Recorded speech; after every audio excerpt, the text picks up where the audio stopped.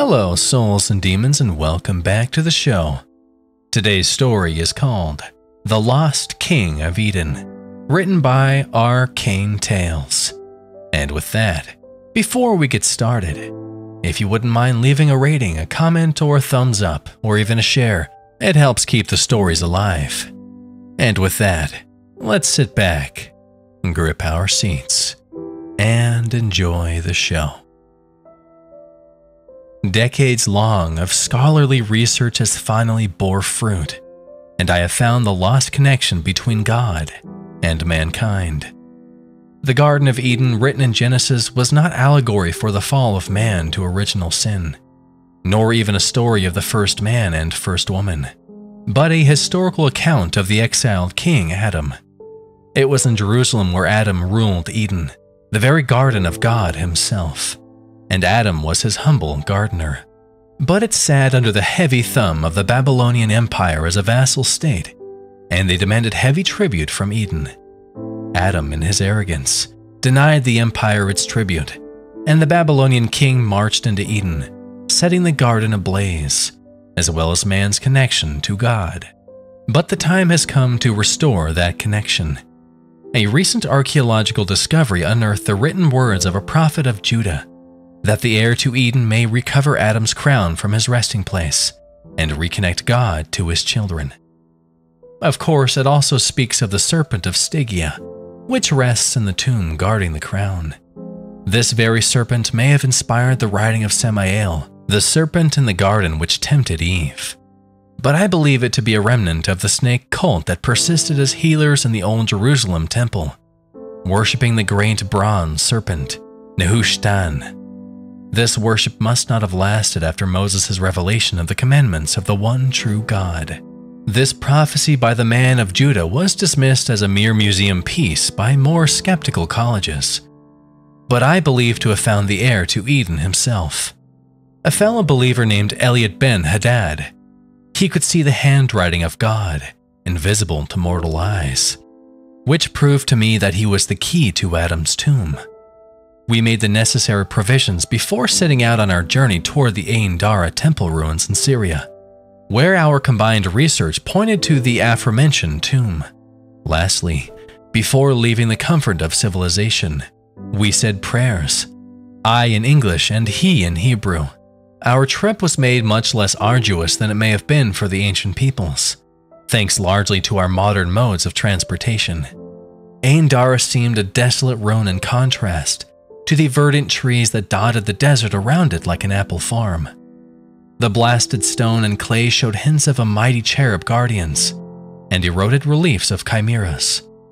We stood by the massive footprints left by Ishtar as she took her steps into the temple. Once inside, Elliot received his first clue, revealed at the altar where the footprints led. The traveler is wearied from her journey. The king is a generous host, said Elliot. For myself, the second piece of the puzzle lay in the footprints. A guest of high stature may have their feet washed after a long journey. I can only imagine a guest that could humble a king would be a goddess, I said.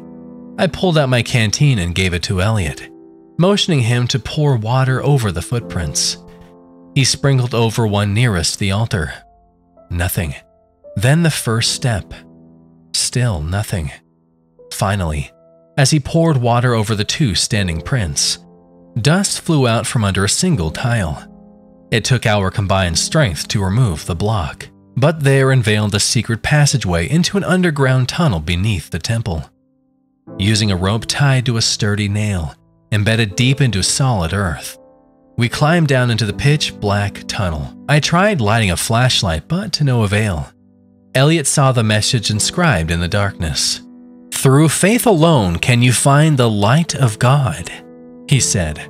I was at a loss this time, but thankfully Elliot seemed to have this figured out all on his own. He apparently could see a trail leading through the tunnels. Elliot took my hand to guide me as he would a true and trusted friend. It was at this moment I had never felt more honored to aid the future king in his quest for his crown, to lead mankind back to God. As my eyes adjusted to the blackness, It became clear that this was no mere test of blundering in the dark, but an impossible labyrinth, filled with long passageways leading to more passageways, which in turn led to nowhere. Even with the aid of artificial light, navigating it could prove to be impossible. Only the true heir to Eden would know the way by the invisible trail of crumbs. At last, on the other side, my flashlight suddenly lit as bright as if the batteries were freshly changed. We gasped at what the light suddenly revealed. A massive statue of Asmodeus, each of the three heads with open mouths, indented with empty slots on their tongues. The serpentine head of a tail coiled around its body.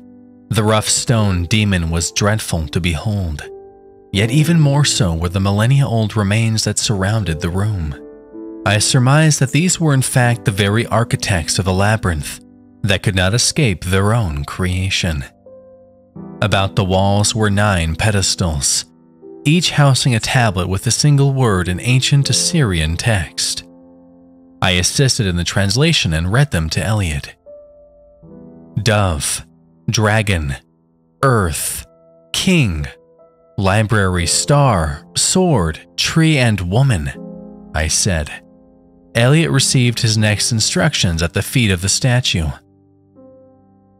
Asmodeus has 3 questions for the king of Eden, Elliot said. The serpent shall act as messenger. Touch its tail, I told him. He placed a hand on the serpent's head and spoke aloud the riddle it whispered to him. The bull inquires. 6 points towards David, 5 points toward Babylon, 1 point toward the heavens. It became clear to me that our goal was to find the correct tablet and place it into the empty slot of Asmodeus's bull head. Are points in reference to a sword? I asked.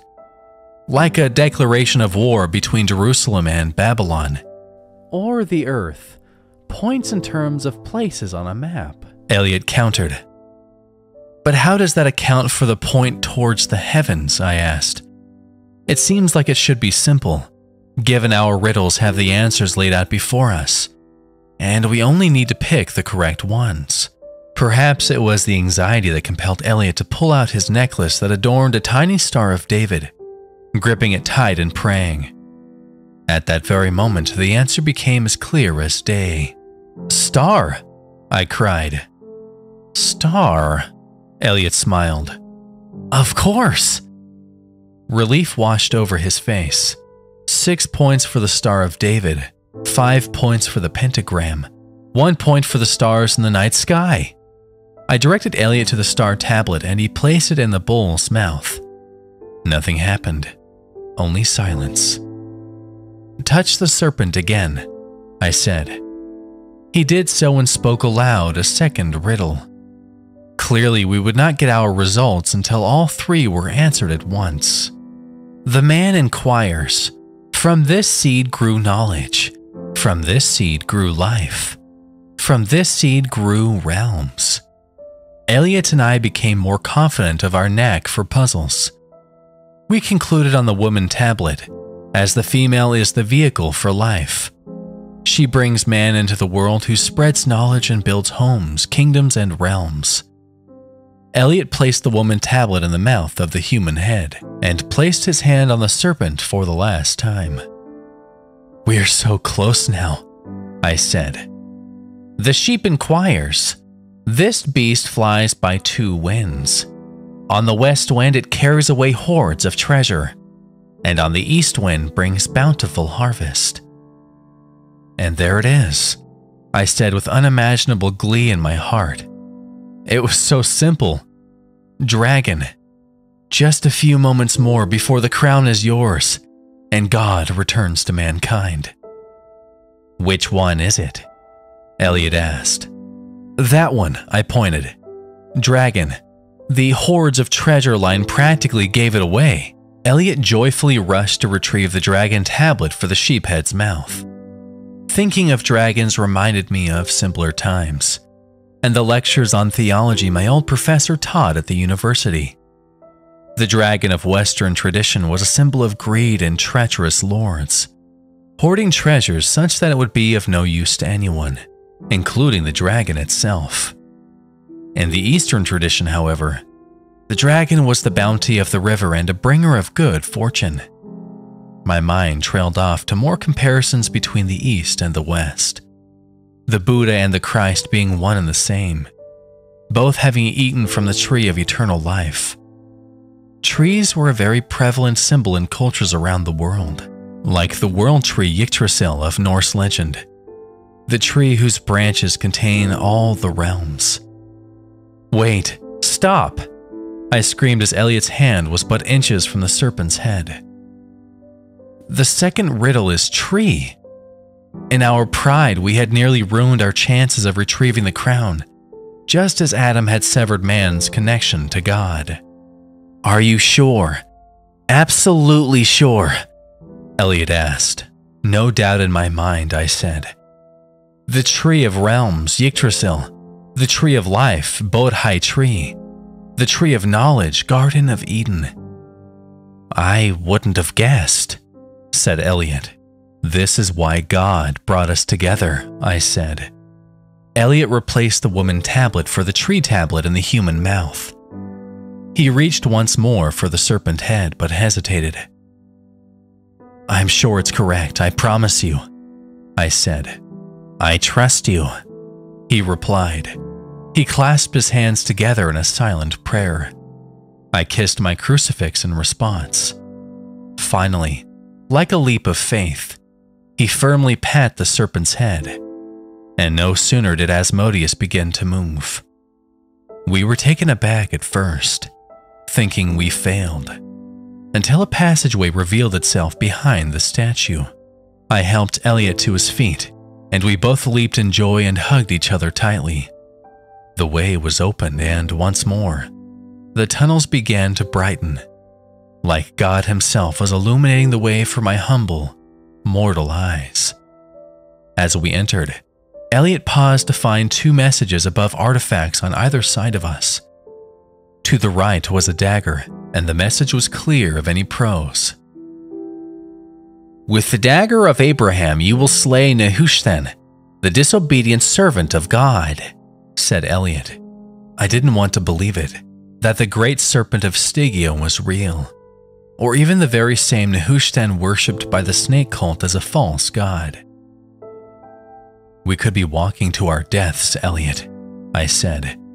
"If this monstrous serpent is real, it could be the fight of our lives."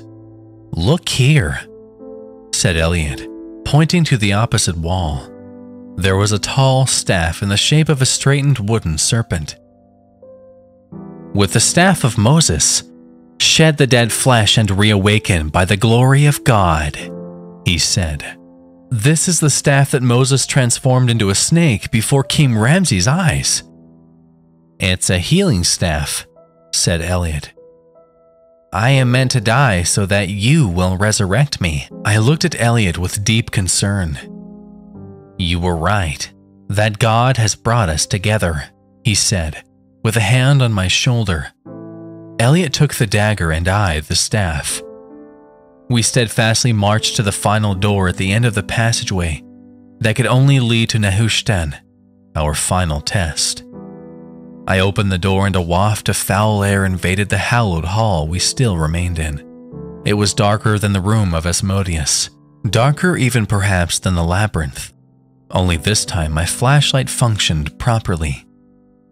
We tread carefully inside with Elliot taking the lead, me providing the light and finding our enemy. There was a subtle skittering sound and Elliot proceeded to follow it. I trailed close behind him, ensuring his path was lit. We stopped dead at the sight of a single scaly bronze tail. I slowly scanned along the tail to find where it may have ended. At last, I found a massive coil, the serpent reaching nearly 80 feet in length. This was truly a beast out of legend, a freak of nature. I signaled Elliot that I was ready to play my part. He crept silently upon the sleeping serpent. My flashlight shone hundreds of skittering bugs on the ground that also fearlessly crawled around Nehushtan. Elliot was careful to avoid crushing the bugs when he could, not to disrupt the constant sound that lulled Nehushtan to sleep. Elliot was wild-eyed when he was arm's length from the coil. He raised his dagger high, and with every ounce of strength he could muster, plunged the dagger directly into Nehushtan's flesh. Everything was still. The coil didn't even flinch. He stabbed it once more and still nothing. Elliot looked back at me, but I was as perplexed as he was. He proceeded to rip a hole in the serpent's flesh, and immediately, hundreds of the tiny insects came skittering out of the muscle tissue. Nehushtan was long dead, but apparently not long enough for the scavengers to decompose the body. It may have died as nearly as mere weeks ago. Elliot, not sure what to do, looked at me again. I stood up at ease. "It's dead," I said. Elliot turned quickly back to Nehushtan for fear it might jump out and strike at the source of the sound. But it was indeed well and truly dead. He also stood up, relaxing somewhat. "Let's get the crown," I reminded him. God is merciful and allowed Nehushtan to die in peace before we arrived. Coming around the other side, I shined the flashlight on Nehushtan's head. His eyes were pale and milky, flesh being eaten away by the millions of tiny bugs. They hardly paid us any mind, as they had yet to finish their snake buffet. "Here it is," called out Elliot, pointing to the sarcophagus behind the giant corpse. "No more riddles? No more messages or tests?" I asked. "No," he said. "Just a stone slab between us and Adam." We hurriedly pushed on the lid and slid the sarcophagus open, revealing a surprisingly well-preserved, mummified Adam. Even more resplendent was the unblemished bronze circlet that adorned his head. This was the crown we had strove so hard to find, and it was there before our very eyes. "Take it," I said. "It's yours. Just be careful, yeah?" Elliot placed his hands on the crown and the room filled with light, as bright as any modern civilized living room. The insects scattered from Nehushtan's corpse. Elliot ever so carefully removed the crown from Adam's head, and the circlet remained intact. We had done it. It was flawless. Turning to make our way back to the surface, we stopped short as Nehushtan's head began to move. "The dagger, Elliot!" I warned. Perhaps we were prideful still, to think the test was over. It turned out to be far different than we expected. Still fallen on the floor, Nehushtan's mouth opened, but something was crawling out from it.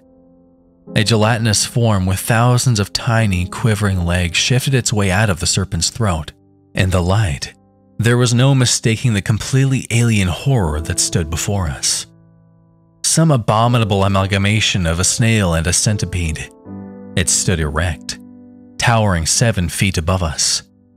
This sluggish body, complete with short, digging mandibles and black carapaces lining its back, seemed to drip down 2 stalks from its chin. The stalks opened to strange, unearthly-looking eyes that examined both of us. "Kill it!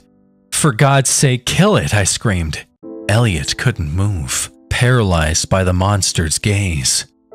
I quickly grabbed the crown and motioned for Elliot to leave. He remained transfixed. The creature twitched its mandibles, gurgling in a sandy tone that vaguely resembled maniacal chuckling. I grabbed Elliot by the hand. "Come on!" We ran, or rather I ran, dragging a dazed Elliot behind me. The passageways were beginning to dim. At last we came to the labyrinth. "All right, Elliot, I really need you right now. We can't leave without your help." Elliot looked at the ancient bones around the threshold to the labyrinth. He began to giggle. "They couldn't find a way out." Elliot laughed. "Go," I yelled. "Follow the trail." I pushed him into the labyrinth through the only path available thus far. "Trail?" Elliot asked, looking down at the floor. He let out a hard, throaty laugh. We made our way as far as we could, before the darkness made it impossible to see in front of us. There was nothing left for me to do but sit Elliot down in the dead end we found ourselves in. "Remember why we came here," I said, placing the crown in his hands. "We have it. You have it. All we need to do is reach the surface. Just a stone slab between us and Adam," Elliot said softly. I heard a deft metallic snap just after he finished. "Oops," he said, then giggled maniacally. He placed the crown back in my hands, 2 broken pieces in each hand. I was speechless. No words, no rage, no sorrow, only disbelief. Elliot murmured something in a language I had never heard before. Nothing I had ever heard on God's green earth compared to the syllables and noises produced from his mouth.